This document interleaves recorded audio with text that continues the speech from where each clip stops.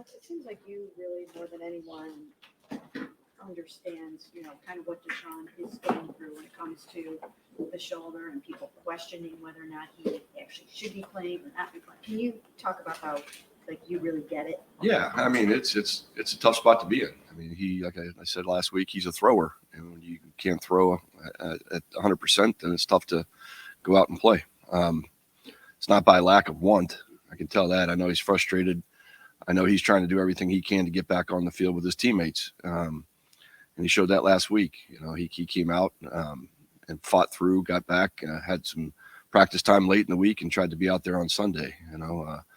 Yeah, I know he's frustrated. It's just part of the deal. I mean, when he's healthy, he'll be back, and we just can't wait to get him healthy. He said he thought he was ready, and then he realized he was not ready. What did you guys think? Did you think he was ready and realize he wasn't ready? We were hoping. You see the practice on Friday. It was better than Thursday. 2 more days of rest. Maybe it'll be, feel a lot better on Sunday. And then, he took the hit, and the hit was really for us. It was like, all right, let's put PJ in there, and let him heal up a little more. He didn't look like himself early. He had a throw there that was probably a little short than he usually would throw. So those are some of the things that went into that decision. But, hats off. He tried to get back. He did everything he could to be out there. And then, the hit happened, and we just held him after that. I'm just going to gauge this because he's going to get hit again. Sure, he's back out there. Absolutely.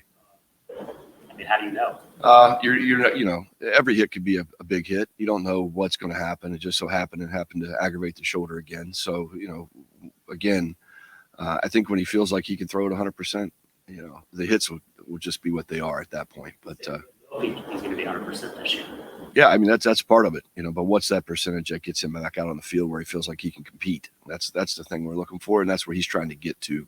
I've been in that situation. I had an AC third degree in a preseason game in Denver. I sat out most of the year, and I ended up starting 3 games at the end of that year, and I was not 100%. It's not a comfortable feeling as a thrower to go out there and have to throw a 25-yard comeback, and that you don't quite have that arm strength at that time to get it there. So I can definitely say I've sat in his shoes, and it's not a comfortable feeling.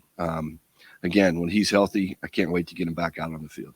On that, even the first pass too wasn't very good, but did you know on just Julian Blackman's interception that he just did not have the velocity? That's what it looked like. He was trying to juice it out there, and it fell a little bit short. So that's when, I don't know if he's quite ready to be out there. We wanted to give him every opportunity to. He's our leader, but it just didn't happen on Sunday. So, get him back in there, get him healthy, get him in the rehab, do his rehab process and go through that. And again, can't wait to get a healthy Deshaun back out on the field.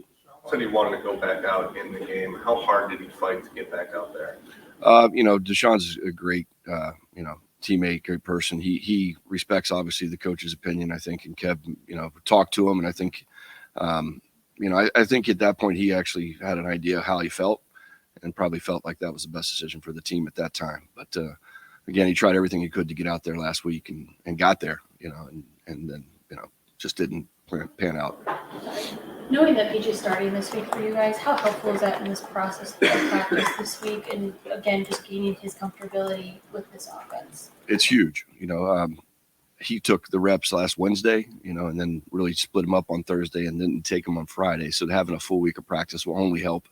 Now this will be his third time going in, third week of preparation where he's getting first team reps.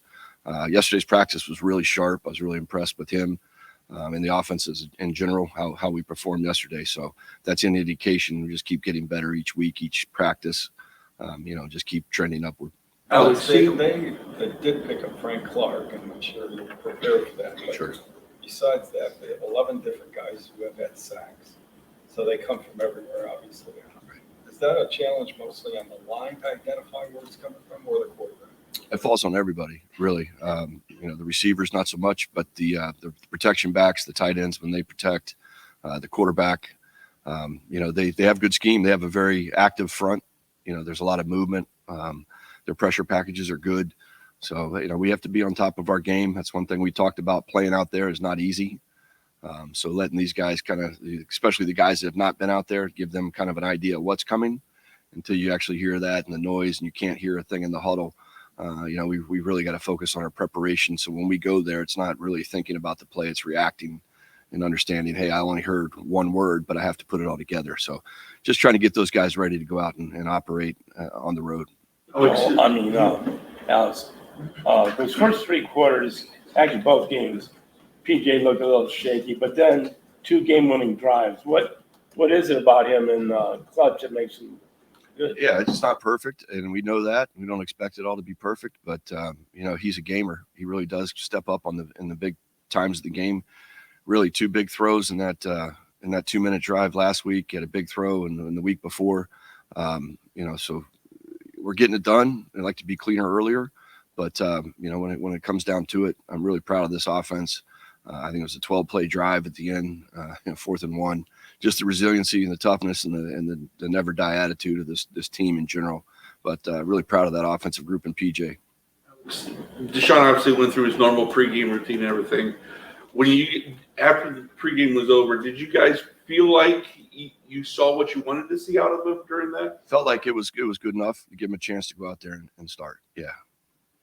PJ, Alex, is your number one focus with him limiting or cutting back on those turnover-worthy plays? Absolutely. Yeah, absolutely. You just keep talking about making great decisions. If we can go into Seattle and not give them the ball at all on our side of the ball, it gives us a chance. So just just talking about how important it is, making great decisions. The interception that he had in this game, it was just a throw that just leaked too far back inside. It was a compliment of a couple of things on the other side, but that was a chance there, that just, it wasn't a decision. The decision was correct to throw it. It was just where the ball ended up landing on that long interception. But, he understands that. He's played a lot in this league. He's played games. He's done 1-2 for us. So, he knows what to do. We just got to, we need to go out and play that perfect, clean game where we have a nice, clean slate at the end of the day. Alex, I want to ask you about the rushing attack. Obviously, the first couple of weeks with Nick healthy, there were some big numbers, but that group's obviously gotten a little bit thinner, and yet still effective, efficient. Right now, number 2 in the AFC rushing the ball. What do you generally attribute your rushing success as a team to right now? It's a team stat for all of us. That's the receivers on the perimeter. That's everybody up front. That's the runners. We've always ran the ball well here. I think Coach Callahan, has great scheme, great technique in his teaching. Where it's definitely a strength of ours, and then the guys that step in, Kareem really ran hard. The last 2 games, I was really proud of the way he's running the ball. And then Pierre comes in and he hits a couple big ones in that 2-minute drive.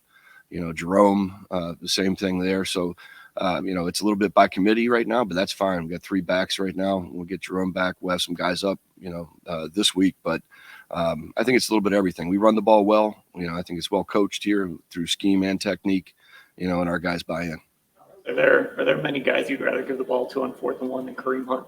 Not in that situation, absolutely not. That was a kind of situation where we knew that was going to be a call on the 4th down. We were trying to score before that, but we knew if all else failed, we were going to run one of our signature plays.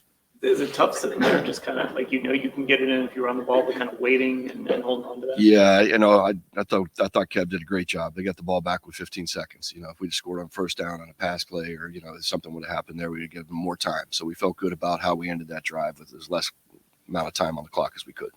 Where are you when Amari Cooper doesn't get a target for, I don't know if it's a whole half, but it was a lot of that first half at least. And then at halftime, you say, okay, let's make sure we try to get him the ball. Yeah, absolutely. Not something, I think Kev does a great job of that during the course of the game. Who's touched the ball? Who do we need to get touches to? Who do we need to get going? Sometimes Dave will be a guy who will say, hey, let's see if we can get Dave going. Let's see if we can get Amari a ball. Those are our leaders. So when those guys touch the ball, good things generally happen. But it's definitely something that's on the back of coach's mind. When you look at this, what challenges did Bobby Wagner like to you? Yeah, man. Guy's been around forever, just torturing me for years now. Played a lot of in Seattle.